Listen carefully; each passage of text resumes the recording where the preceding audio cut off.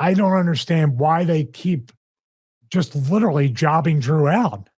That's what they're doing. Russo'sBrand.com, where the pros are the pros. Saturday Night Main Event opener with Cody and Drew.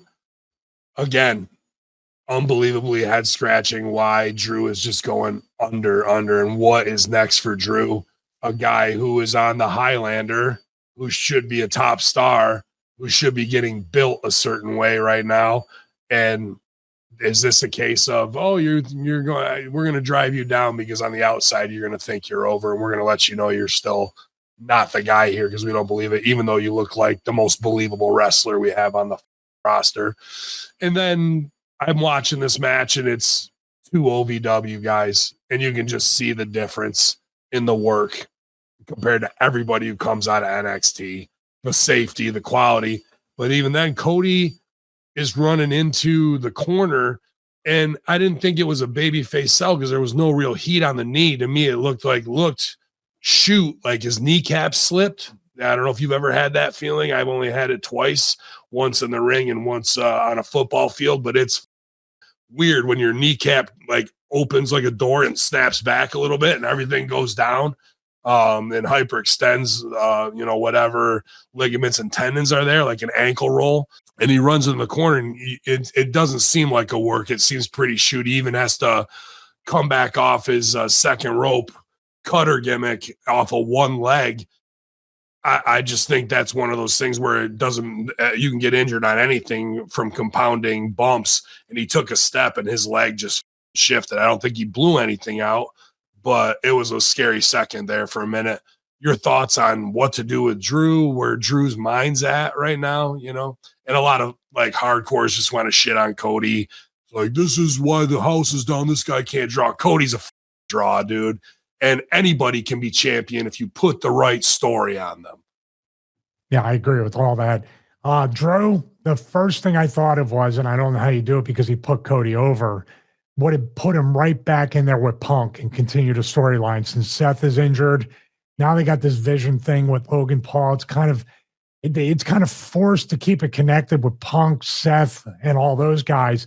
But dare I say, you would have a fresh coat of paint on the Punk Drew feud, which, by the way, remember, like basically they cost each other in a way the world title. Drew definitely got cost the world title during that WrestleMania 40. You don't need world titles when you've got friendship bracelets. True. But I think that was one of the most unique angles and storylines that they did with the guys, and they took and used social media the way it should have been used. Yeah. And the bracelet was like whatever. But now you got the world heavyweight title. Why is Drew forgetting about that? In other words, Drew should have attacked Punk at the end of Saturday Night's Main Event as he was up there and left with some heat. Yeah. I don't understand why they keep just literally jobbing Drew out. That's what they're doing. The only thing I can think of is he doesn't care because he's got this new Highlander thing, even though they should get behind it and promote it, but they didn't do that for The Rock. And so why the would they do that for Drew? And don't get over on your own outside is a weird silent heat punishment.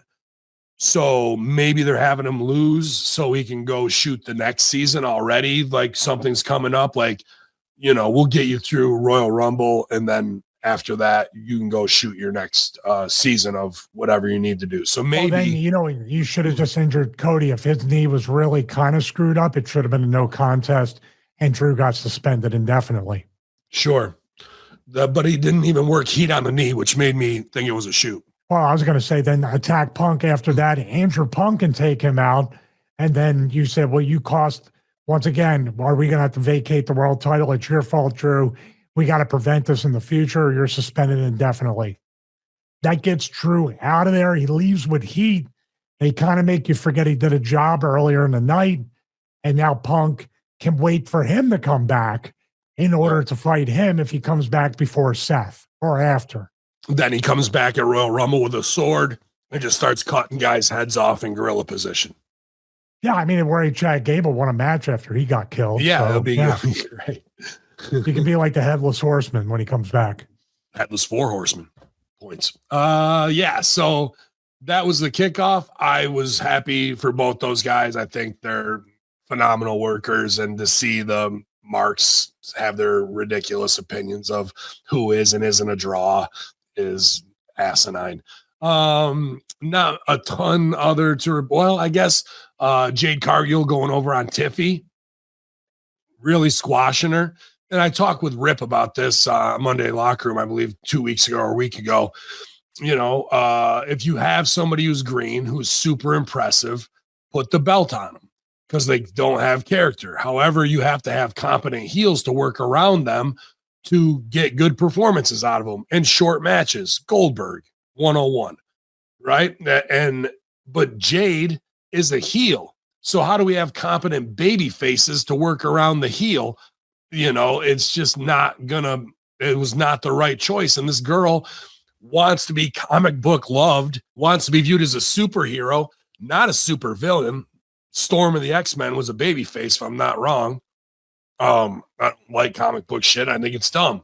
I think it's dumb for wrestlers to cosplay as that every week. I get it. Maybe her agent is getting her in those movies. She should be. She looks awesome. But in pro wrestling, Jade Cargill should be above her name and fictional character should be above all those comic book things. Instead, she looks like a mark cosplaying those things. So we've got her in the spot for success with the belt. It's believable, and to have short matches, but she squashes Tiffy time here in under, like, I think 5.5 minutes. And then the other part of that is I guess Tiffany Stratton and Kaiser Soze's relationship is over. He could be working that. They saw El Grande Americano holding hands with the Latina ring announcer. So now we have possibly, and I'd like to believe maybe he's a smart enough worker to make it look like El Americano's with that girl, and he's still with Tiffy, because I think that guy's a brilliant performer. So I'm really hoping he is working people like that to get the sheets talking. But if not, in the incestuous carny world of pro wrestling with co-ed dorms on the road all the time and college age kids,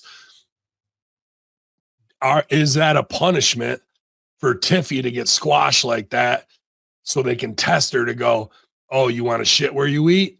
You want to cause drama? No, I don't think that's it. No, if somebody's got a tough day and like you have to no sell that your relationship just broke up and they want to with you, that they'll with you that much more. It's like, will they book Nikki Bella on John Cena's final show just to? Well, I don't know if she's going to be around because Nikki Bella's actually improving. So she's going to get released soon. Yeah. No, I don't think that's it. I think that the Tiffany Stratton thing became very, very stale over the past few weeks. It was something, the last time she was kind of that over was around the Charlotte thing, but it was still kind of a very weird thing where she was doing this. The belt didn't get her any more over except for that Charlotte thing where they were comparing both of them going into WrestleMania, but they were shooting on each other too. So here we go. Now that's kind of like fizzled out. I don't know. And they even had Nia. I kind of like cross with her. The Jade Cargill turn is very, very weird. That might be more of a, this is your last chance type thing. And we're going to put the belt on you, sink or swim. It might be more on Jade than Tiffany. It could be.